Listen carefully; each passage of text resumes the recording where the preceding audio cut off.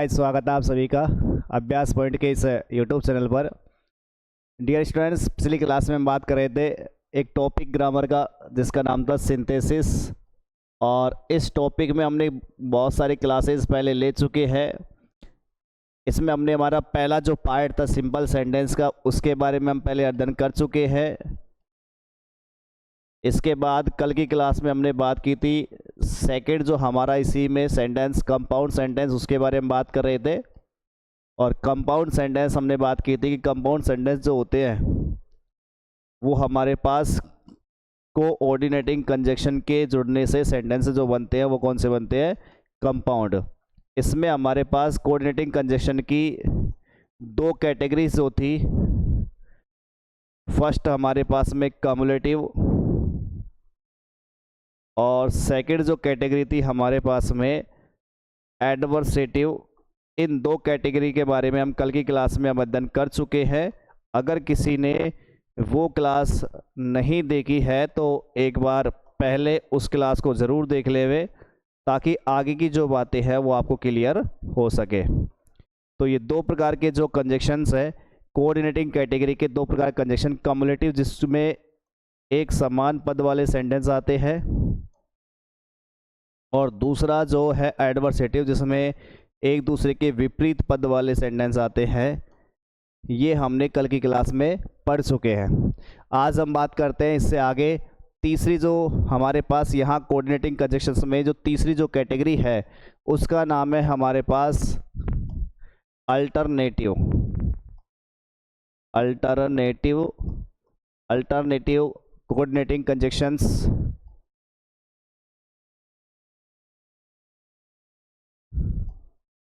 ये कौन से सेंटेंस बनाने के लिए काम आ रहे हैं? तो हमने बात की थी ये कंपाउंड सेंटेंस बनाने के लिए काम आएगी। अल्टरनेटिव का मतलब होता है जिसमें हमारे पास विकल्प मौजूद हो, यानी कि हमारे पास सेंटेंस कैसे होने चाहिए जिसमें हमारे पास विकल्प वाले मौजूद होने चाहिए। वहाँ पर हमारे पास में अल्टरनेटिव जो कंजक्शंस है उनका यूज़ किया जाएगा।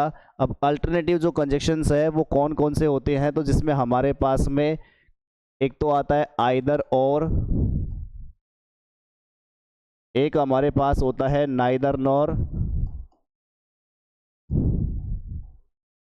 एक होता है इसमें हमारे पास और, एल्स, और इसके अलावा अदरवाइज। ये हमारे पास 5 प्रकार के जो कंजक्शन है वो यहाँ पर अल्टरनेटिव वाली कैटेगरी में शामिल किए जाते हैं। अब बात करते हैं सर आइदर और का प्रयोग कब होता है, नाइदर नॉर का कैसे होगा, एल्स का कब होगा, अदरवाइज कब होगा। देखो, सबसे पहली बात हमें यही देखनी होगी कि सेंटेंस ऐसे होने चाहिए जिसमें हमारे पास एक सेंटेंस में और दूसरे सेंटेंस में विकल्प मौजूद हो। दो में से कोई एक की बात करता हो, दो में से किसी की बात नहीं करता हो, तो ऐसे वाले सेंटेंस को हमारे पास यूज़ होने हैं जिसमें हमारे पास आइदर और का यूज़ होगा, नाइदर नॉर का यूज़ होगा, और का यूज़ हो सकता है, एल्स का हो सकता है और अदरवाइज का हो सकता है। फॉर एग्जाम्पल हम कुछ एग्जाम्पल यहाँ ले लेते हैं। फर्स्ट एग्जाम्पल हमारे पास में, जैसे मैंने कहा कि हरी अप, जल्दी करो, we shall miss the train, we shall miss the train. अब यहाँ हमारे पास ऑप्शन वाली बातें आ रही है कि जल्दी करो, अदरवाइज नहीं तो क्या हो सकता है हमारे पास, हम ट्रेन को मिस कर देंगे। तो यहाँ हमारे पास जो इसमें से कंजक्शन यूज़ हो सकते हैं उनका हम यूज़ कर सकते हैं। तो देखो, यहाँ हमारे पास आइदर और का यूज़ हो सकता है, यहाँ हमारे पास नाइदर नॉर का तो यूज़ होगा ही नहीं इसमें, क्योंकि ये सेंटेंस कैसा है, अफर्मेटिव में है, क्योंकि नाइदर नॉर में नेगेटिव होना ज़रूरी होता है। और का यूज़ यहाँ हो सकता है, एल्स का यूज़ यहाँ हो सकता है, अदरवाइज का यूज़ यहाँ हो सकता है। तो अगर हम इसको देखें तो किस प्रकार से बनेगा हमारे पास सेंटेंस बनेगा। अगर आइदर से करते हैं तो क्या बनेगा, आइदर हरी अप, या तो जल्दी करो, और या फिर we shall miss the train, हम ट्रेन को मिस कर देंगे, we shall miss the train.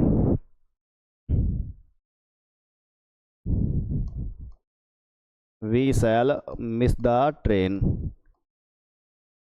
अगर हमारे पास में और से बनाना होगा तो सीधा बनेगा हरी अप, जल्दी करो, और we shall miss the train. L से बनाना होगा तो एल्स हमारे पास बीच में आ जाएगा, hurry up else, else means क्या होता है, नहीं तो, एल्स मीन्स क्या होगा, नहीं तो हम ट्रेन को क्या कर देंगे, मिस कर देंगे। अदरवाइज मतलब अन्यथा।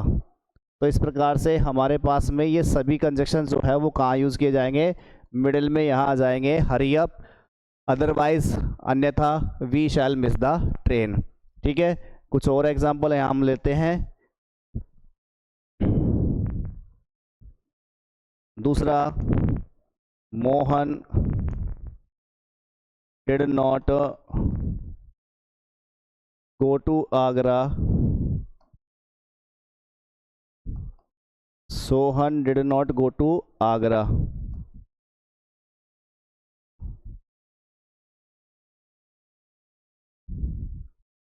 अब देखें यहाँ पर हमारे पास में सेंटेंस कैसा है, नेगेटिव है, डिड नॉट का यूज़ किया जा रहा है, यहाँ भी डिड नॉट का यूज़ किया जा रहा है। तो इसका मतलब ये हुआ कि इसमें से हमारे पास जो कंजक्शन यूज़ किया जाएगा वो कौन सा आएगा, नाइदर नॉर का हम यहाँ यूज़ कर सकते हैं। तो कैसे बनेगा, हमारे पास सेंटेंस बनेगा कि neither Mohan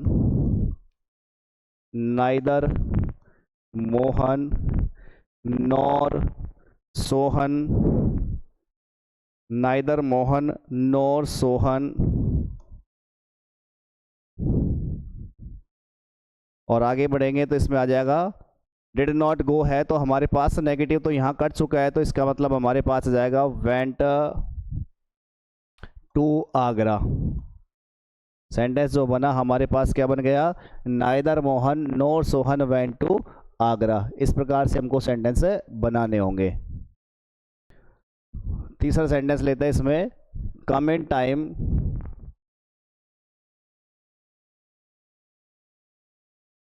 do not come at all. तो तीसरा सेंटेंस कहना है कम इन टाइम, समय पर आना, और दूसरा कहता है do not come at all, बिल्कुल भी मत आना। तो इसका मतलब या तो भाई समय पर आना या फिर बिल्कुल मत आना। तो इस प्रकार से हमारे पास सेंटेंस है।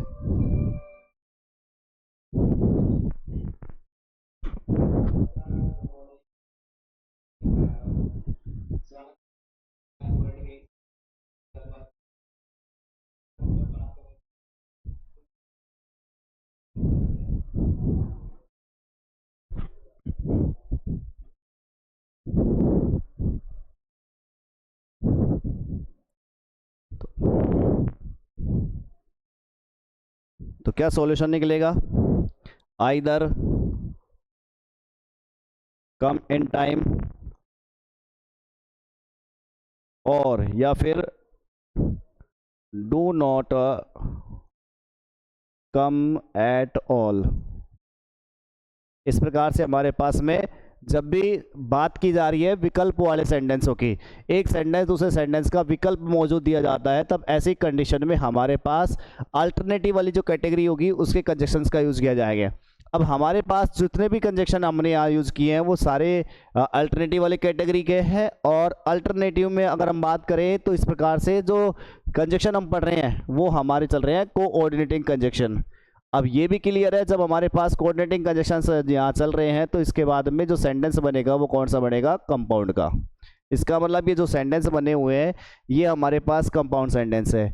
मैंने पहले कल की क्लास में ये भी बताया था कि हमारे पास सेंटेंस जो है वो दो तरीके से पूछे जाने वाले हैं या क्वेश्चन, या तो आपके पास में दो सेंटेंस मिल जाएंगे, hurry up we shall miss the train, और यहाँ ब्रैकेट में लिख के दे देगा कंपाउंड सेंटेंस का निर्माण करना है। या फिर क्या होगा, आपके पास में यहाँ इस प्रकार से स्पेस मिल जाएगा कंजक्शन की जगह पर, और आपको यूज़ करना पड़ेगा कि बताइए यहाँ पर किस प्रकार का कंजक्शन का यूज़ होने वाला है। ऑप्शन आपके सामने मौजूद होंगे और उनमें से आपको फिल करना होगा कि कौन से कंजक्शन का यूज़ होना है। तो ये थे हमारे पास अल्टरनेटिव वाले कैटेगरी के कंजक्शन, जिसमें हमारे पास है आइदर और, नाइदर नॉर, और एल्स और अदरवाइज। इसके बाद बात करते हैं नेक्स्ट, हमारा जो फोर्थ कैटेगरी है इसमें उसका नाम है इलेटिव। इलेटिव कंजक्शन किस कैटेगरी के हैं, मैंने अभी बात करते हैं कोऑर्डिनेटिंग कैटेगरी के हैं इलेटिव। और ये जो कंजक्शन होते हैं वो बताते हैं किसको, परिणाम को, परिणाम को बताने वाले। अब इस वाले कंजक्शन में कौन कौन से कंजक्शन शामिल होते हैं, तो इसमें हमारे पास में आएगा सो, देयरफॉर, सो देयरफॉर,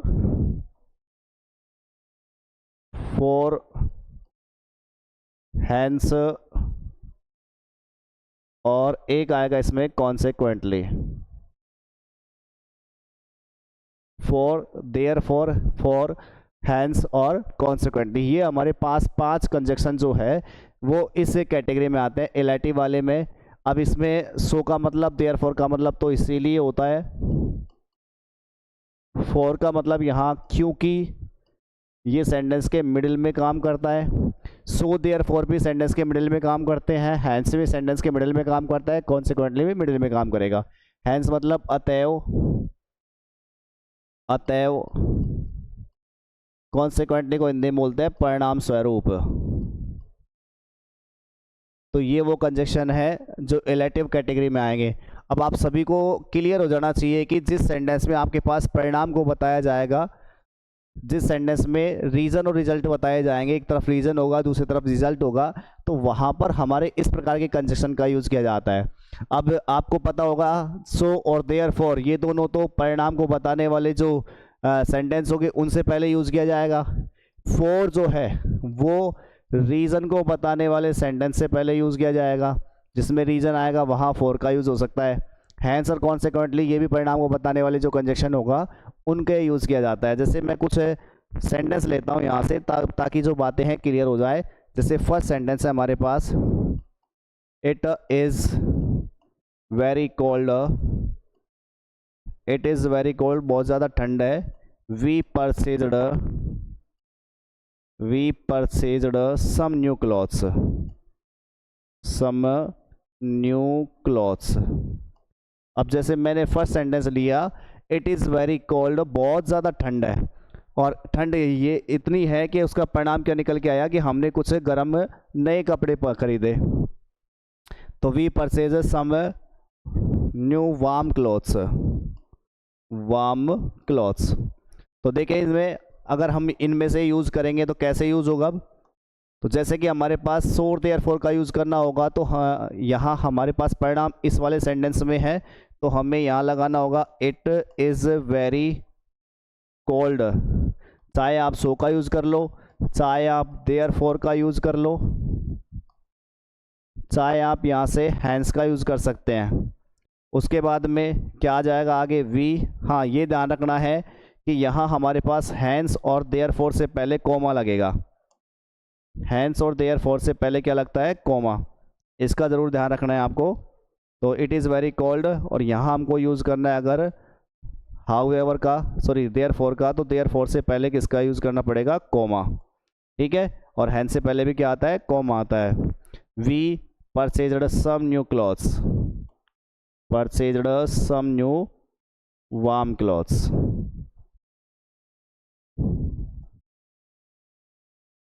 एक और सेंटेंस लेते हैं यहाँ दूसरा।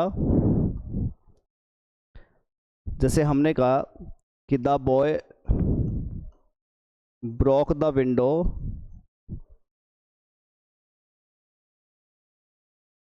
ही was punished, he was punished. तो क्या बनेगा इसका, the boy broke the window, लड़के ने खिड़की को तोड़ दिया, उसे सज़ा दी गई। तो यहाँ पर रीज़न तो ये है कि लड़के ने खिड़की को तोड़ दिया, और रिजल्ट क्या निकल के गया, ही वाज पनिश्ड। अगर हमें ही वाज पनिश के हिसाब से ले तो हमको यूज़ करना है सो देयरफॉर हैंस का या कॉन्सिक्वेंटली का। तो सबसे पहले तो आ जाएगा, अगर हमको सो का प्रयोग करना है, देयरफॉर का प्रयोग करना है, तो बनेगा sentence the boy broke the window so he was punished. लेकिन अगर मान के चलो हमें यहाँ फॉर का यूज़ करना है, तो मैंने पहले ही बताया था कि फॉर का यूज़ करने से पहले हमको ये देखना पड़ेगा कि फॉर का मतलब है क्योंकि, और इसका मतलब फॉर का प्रयोग होगा रीज़न से पहले, और फॉर का प्रयोग होना है सेंटेंस के मिडिल में। इसलिए ध्यान रखना रीज़न कौन सा है, the boy broke the window, तो फॉर का यूज़ इस सेंटेंस से पहले होना है, तो ये सेंटेंस को पहले लाना पड़ेगा, और सेंटेंस बनेगा he was punished, he was punished. He कौन है, द बॉय है, तो पहले हमको नाउन लिखनी है। क्या आएगा यहाँ से, द बॉय वाज पनिश्ड, और फिर उसके बाद हमको लगाना है फॉर, फॉर से पहले क्या लगना है, comma. For he broke the window, उसने किसको तोड़ दिया? खिड़की को तोड़ दिया। ठीक है, कुछ और एग्जांपल हम इसमें ले लेते हैं। आई कैन नॉट सी, तीसरा example, I can not see it is very dark, it is very dark. तो देखो यहाँ पर मैं देख नहीं सकता, रीज़न क्या है? बहुत ज़्यादा अंधेरा है। अगर फॉर का यूज़ करना होगा तो फॉर का इस तो सेंटेंस के मिडिल में हो जाएगा सीधा। क्या बनेगा? आई कैन नॉट सी, मैं देख नहीं सकता, for it is very dark. अगर हमें सो गया देयर फॉर लगाना है तो फिर हमारे पास सेंटेंस ये इधर वाला आएगा, it is very dark so I can not see, या therefore I can not see. कुछ इस प्रकार से आपको सेंटेंसेस का यूज़ करना होता है यहाँ पर। और जो हमारे पास सेंटेंस बन रहे हैं, तो सीधी बात है जो सेंटेंस बन रहे हैं वो कौन से बन रहे हैं? कंपाउंड के। क्योंकि मैंने पहले ही बता दिया कंपाउंड सेंटेंस जिसमें हमारे पास कोऑर्डिनेटिंग कंजक्शंस का यूज़ किया जाता है। और आज की क्लास में, कल की क्लास में जो हमने पढ़ा था वो कोऑर्डिनेटिंग कंजक्शन ही थे, तो इसलिए कोऑर्डिनेटिंग कंजक्शन के हिसाब से हमारे पास जो सेंटेंस बन रहा है वो कौन सा बन रहा है? Compound sentence. और कोऑर्डिनेटिंग जो कंजक्शन की जो कैटेगरी थी जिसमें हमारे पास कम्युलेटिव, दूसरा हमने एडवर्सेटिव, तीसरा हमने अल्टरनेटिव और चौथा इलेटिव के बारे में जो आज हमने बात की है। ये 4 प्रकार की कैटेगरी होती है। और बाकी जो कंजक्शन बनते हैं वो हमारे पास सबऑर्डिनेटिंग कैटेगरी के बसते हैं। और सबऑर्डिनेटिंग कैटेगरी के जो कंजक्शन है वो काम आते हैं कॉम्प्लेक्स सेंटेंस के बनाने के लिए। इसलिए आज की क्लास में हमने कंप्लीट पढ़ लिया है किसके बारे में? कंपाउंड सेंटेंस के बारे में। किस प्रकार से कंपाउंड सेंटेंस जो है वो बनाए जाते हैं, जिसमें हमारे पास मुख्यतः कंजक्शन का यूज़ करना होता है। हमें कंजक्शन को ही देखना है कि कंजक्शन किस प्रकार से यूज़ होने हैं। और ये वही कंजक्शन है जो हमने छोटी क्लासेस में पढ़े होंगे, काफ़ी आसानी से हमने इसको समझ भी रखे होंगे। बस ये है कि हमें ध्यान रखना होगा कि कौन सी कैटेगरी के अंदर कौन से कंजक्शन हैं और उनका यूज़ किस प्रकार से किया जाता है। बस केवल इतना हमें पढ़ना होगा और इस प्रकार से हम कंपाउंड सेंटेंस बनाना आसानी से सीख पाएंगे। आई थिंक आपको क्लास काफ़ी अच्छे से समझ में आ रही होगी। और अच्छे से समझ में आती है तो प्लीज़ शेयर ज़रूर किया कीजिए, ताकि हमारा जो चैनल है वो आगे से आगे ग्रो करता रहे और हमारा मनोबल जो है वो आपके मोटिवेशन के तौर पर हमें मिलता रहे। थैंक यू, मिलते हैं आपसे नेक्स्ट क्लास में। धन्यवाद।